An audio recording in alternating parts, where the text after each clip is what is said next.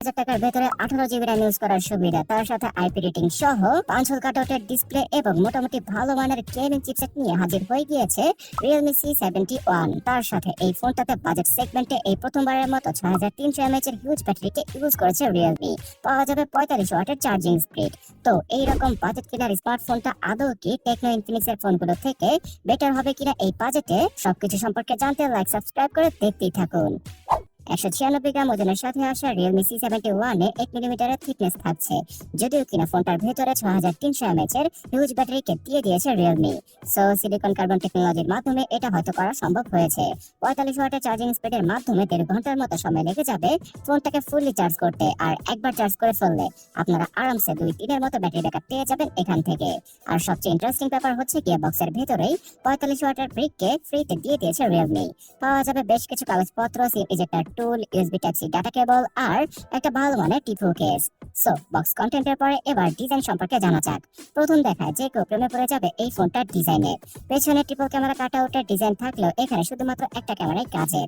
তার পাশাপাশি একটা রিং লাইটের মতো নোটিফিকেশনের লাইটকে দিয়ে দিয়েছে তারা, যেটার মাধ্যমে কল, মেসেজ সহ বিভিন্ন অ্যাপস এর নোটিফিকেশন পাওয়া যাবে। আর এটার ডিজাইন এক কথায় অনেক গর্জিয়াস, যদিও কিনা পুরোপুরি প্লাস্টিক বিল্ডের এই বাজেট ক্যাটাগরির স্মার্টফোনটা, তারপরও ডিজাইনে আপনারা 10-এর মধ্যে কত দেবেন অবশ্যই কমেন্ট করে জানাবেন। 6.72 ইঞ্চি সাইজের 5 হোল কাটআউটের ডিসপ্লে এবার ইউজ করেছে Realme। আমি ভাবছিলাম যে নটযুক্ত ডিসপ্লে ইউজ করবে, বিকজ তারা এই বাজেটে এইরকম কাজই করে থাকে। বাট 5 হোল কাটআউট থাকে অনেকেই পছন্দ করবে এই ডিসপ্লেটা, তার উপর দিয়ে আবার 120 হার্জ রিফ্রেশ রেট, যেটা কিনা অনেকেরই পছন্দ হবে। যদিও কিনা 120 হার্জটা সবসময় কাজ করবে না, বিকজ এই বাজেট ক্যাটাগরির স্মার্টফোনে কিছুটা দুর্বল চিপসেটকে ইউজ করা হয়েছে। তো চিপসেট সম্পর্কে একটু পরে জানাচ্ছি, তার আগে ডিসপ্লে কালার ক্যালিব্রেশন সম্পর্কে জানিয়ে দেই।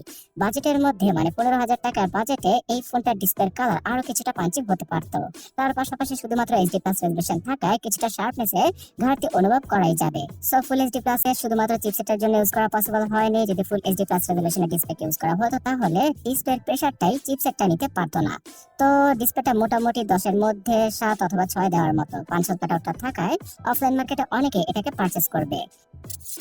এত যে চিপসেট সম্পর্কে বলছি, আসলে কি ইউজ করা হয়েছে? ইউনিসকের T7250, যেটা কিনা ইউনিসক T615 এর মতোই, সেটাকে আবার ইউজ করেছে Realme। এই চিপসেটটা বর্তমানে আইটেল আর টেকনো ইনফিনিক্স এর 10-11 হাজার টাকার স্মার্টফোনে ইউজ হয়ে আসছে। 12 ন্যানোমিটার নরে তৈরি করা এই চিপসেটটি 10 টুনে 3 লক্ষের কাছাকাছি আন্তর্জাতিক বেঞ্চমার্ক স্কোর করতে পারে। আর এখান থেকে আপনারা তেমন ভালো গেমিং এক্সপেরিয়েন্স পাবেন না। ফ্রি ফায়ার গেমটা ইনস্টল করতে পারেন, আর সেটা আধা ঘন্টা খেলার পরে ফোনটা কিছুটা লাগি ভাব দিবে। এটাই স্বাভাবিক, বিকজ এই বাজেটে তেমন ভালো গেমিং চিপসেট যুক্ত স্মার্টফোন পাওয়া যায় না। বাট টাইম পাস করার জন্য যে সকল 2D গেম রয়েছে সেগুলো আপনারা ইজিলি খেলতে পারবেন। আর যে সকল অ্যাপ রয়েছে সেগুলো যদি লাইট ওয়েট ভার্সনকে ইউজ করেন তাহলে খুব মজা পাবেন ফোনটাকে ইউজ করে। 4128 এবং 6128 এই দুইটা ভেরিয়েন্টের সাথে যথাক্রমে 14,999 এবং 15,999 এই প্রাইস পয়েন্টে বাংলাদেশের মার্কেটে লঞ্চ করা হয়েছে Realme C71 কে। আর এখানে ভার্চুয়াল র্যামের মাধ্যমে 12 জিবি থেকে শুরু করে 18 জিবি পর্যন্ত আপনারা ইউজ করতে পারবেন। মানে ভার্চুয়াল র্যামটা এত বেশি দিয়েছে তারা। সো মনে 18 জিবি র্যামটা মনে হয় না যে তেমন কোনো কাজে আসবে, বিকজ এর ইন্টারনাল মেমোরি স্পিডটা অতটাও বেশি নয়। দুইটা 4G সিমের পাশাপাশি একটা SD কার্ডকে 1000 জিবি অথবা 2000 জিবি পর্যন্ত ইউজ করার সুবিধা থাকছে ফোনটিতে। পাওয়া যাবে 50 মেগাপিক্সেলের রিয়ার শুটার আর 5 মেগাপিক্সেলের সেলফি। 1080p তে 30 fps এ ভিডিও শুট করা পসিবল হবে পেছনের ক্যামেরা দ্বারা। আর এখানে স্টেবিলাইজেশন বলতে কিছুই নেই। দিনের বেলা মোটামুটি কাঁচালিয়ে নেওয়ার মতো রিয়ার ক্যামেরা দ্বারা ছবি তুলতে পারা পসিবল হবে, বাট রাতের বেলা তেমন ভালো ছবি আপনারা তুলতে পারবেন না। এখানে শার্পনেস অনেক বেশি ঘাটতি পাওয়া যাবে সেলফি ক্যামেরাতে, বিকজ এর রেজোলিউশনটা অনেকই কম, তাই ফেসটা বেশি স্মুথ মনে হবে। তো ক্যামেরাগত দিক দিয়ে Realme আহামরি তেমন কিছু দেওয়ার চেষ্টা করেনি।